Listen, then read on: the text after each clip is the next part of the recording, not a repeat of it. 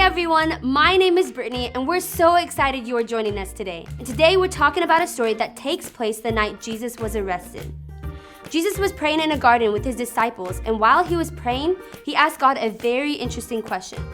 He asked God if there was any other way to save the world from sin. And then he said, if so, let it be that instead. But he said something very important, and it's what we're talking about today. He said, nevertheless, not my will, but yours be done. And sometimes it's hard to choose God's way, but God's way is ultimately always the best way. And that's why today we're saying every day I make choices that honor Jesus. But before we get to that, we're going to start things off by singing a song together. So go ahead, stand up, and sing this out with us as loud as you can.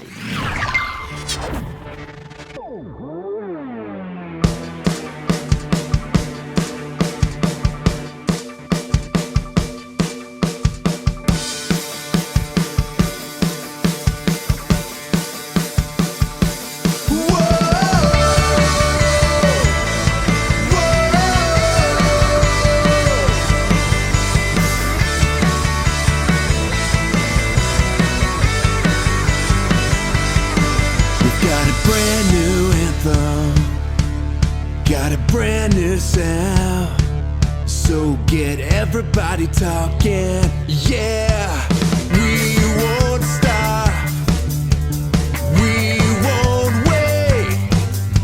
We'll stand and sing our Savior's name, our Savior's name. Sing it out, sing it out, sing it out. Jesus is alive right now. Whoa, sing it out, sing it out, sing it out. Jesus is alive right now. Whoa, whoa.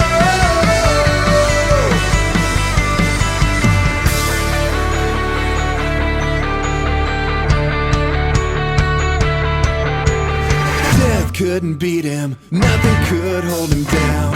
Our God conquered the grave, so come on now, make it loud. Everybody shout it out, Jesus is alive right now. Sing it out, sing it out, sing it out. Jesus is alive right now. Whoa, sing it out, sing it out, sing it out. Jesus is alive right now. We won't stop, we won't wait. We'll stand and sing the Savior's name. We won't stop, we won't wait. We'll stand and sing the Savior's name.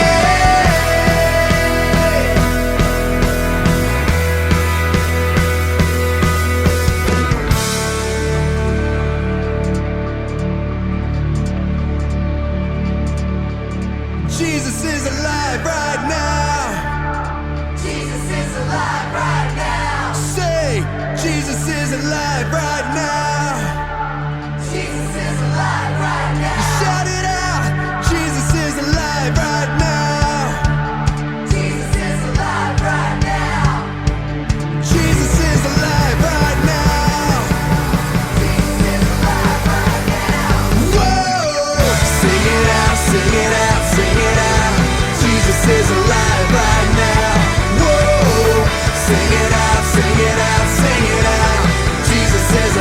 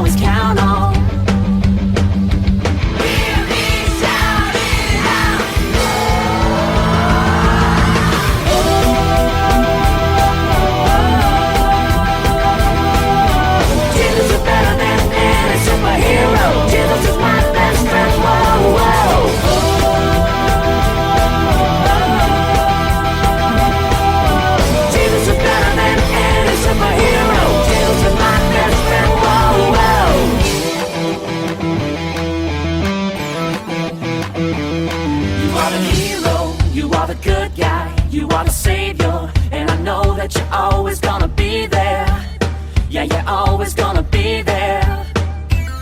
When I'm in danger, when I'm in trouble, when I'm surrounded, well, I know that it's you that I can count on, that I can always count on. Hear me shout it out.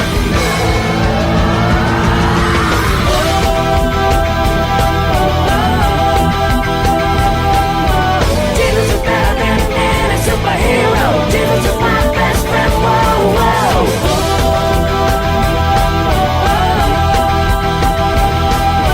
Jesus is better than any superhero. Jesus is my best friend. Whoa, whoa.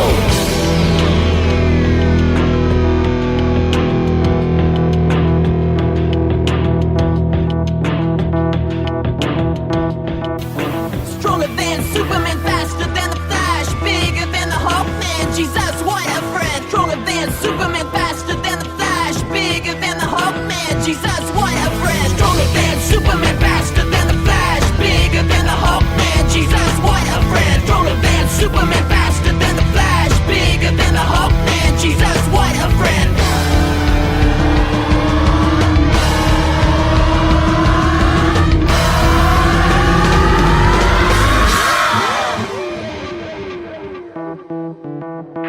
Stronger than Superman, faster than the Flash, bigger than the Hawkman. Jesus, what a friend. Jesus is better than any superhero. Jesus is my best friend. Whoa, whoa. Stronger than Superman, faster than the Flash, bigger than the Hawkman. Jesus, what a friend. Jesus is better than any superhero. Jesus is my best friend. Whoa, whoa. Stronger than Superman, faster than the Flash, bigger than the Hawkman. Jesus, what a friend. Jesus is better than any superhero. Jesus is my best friend. Whoa, whoa. Stronger than Superman, faster than the Flash, bigger than the Hawkman. Jesus, what a friend. Jesus is better than any superhero. Jesus is my best friend. Whoa, whoa.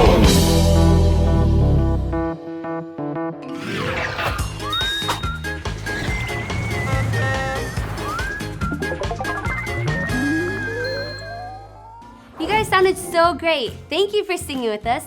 And now we're going to take some time to watch a Bible story together. And like we said before, we're going to be talking about the story of Jesus in the Garden of Gethsemane. So let's take a look. Jesus and his friends were quiet as they walked along the narrow path just outside of town. It was a cool, dark night, and they were headed to their favorite place to pray, the Garden of Gethsemane. Jesus came here often to talk to his Father, but he knew this time would be the last. "Will you stay awake and pray with me?" he asked his friends. But it was getting late, and even though they tried, their eyes got heavy and they drifted off to sleep under the olive trees. As they were sleeping, Jesus prayed. He had done this many times before, but on this night it felt different. He knew that it was almost time for him to fulfill his mission. He and his Father had planned it since the very beginning. Jesus was about to suffer for the sins of the whole world. The mission was going to cost him his life. "Father," Jesus cried as he knelt on the ground, "do we have to go through with this? Can we get your children back any other way?" But deep down, Jesus knew what he had to do. "Father, I trust you," he said. "I will do it." Just then, Jesus heard something off in the distance. He looked up and saw torches flickering in the darkness. There was an angry crowd of people heading right towards him. He woke up his friends, and as the crowd got closer, they could tell by the swords and spears twinkling in the moonlight that these men were soldiers. They had come to arrest Jesus, even though he had never done anything wrong. As the soldiers approached, they said, "We're looking for Jesus of Nazareth." Jesus wasn't scared of what was about to happen, so he said boldly, "I am." When he said this, the power of God knocked the entire mob of soldiers to the ground. Jesus could have easily just walked away, but he didn't. He let the soldiers arrest him and take him away. His friends didn't understand what was happening, and they were scared of what might happen to them, so they ran away. They left Jesus all by himself. In our story today, Jesus was praying in the garden before he was arrested.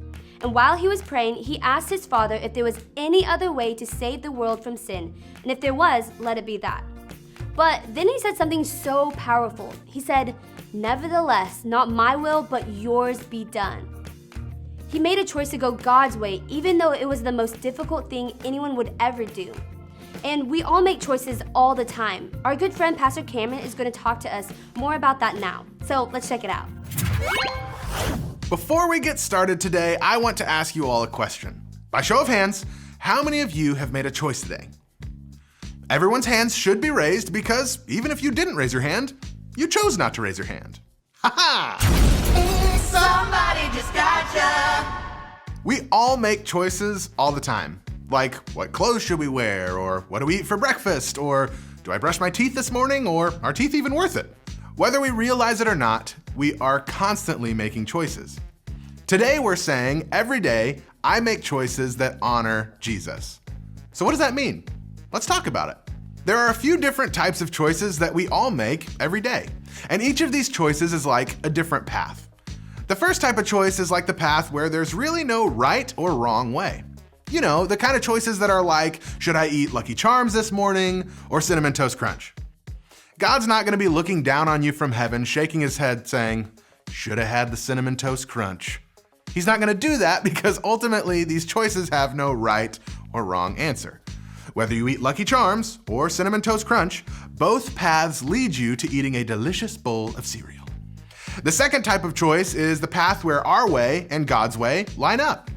These are the easy choices, the kind of choices that you know are right and you want to do them. You want to go God's way. In these choices, it's easy to follow God down the right path because it's the best looking option. It's kind of like how I have no desire to karate chop my grandma.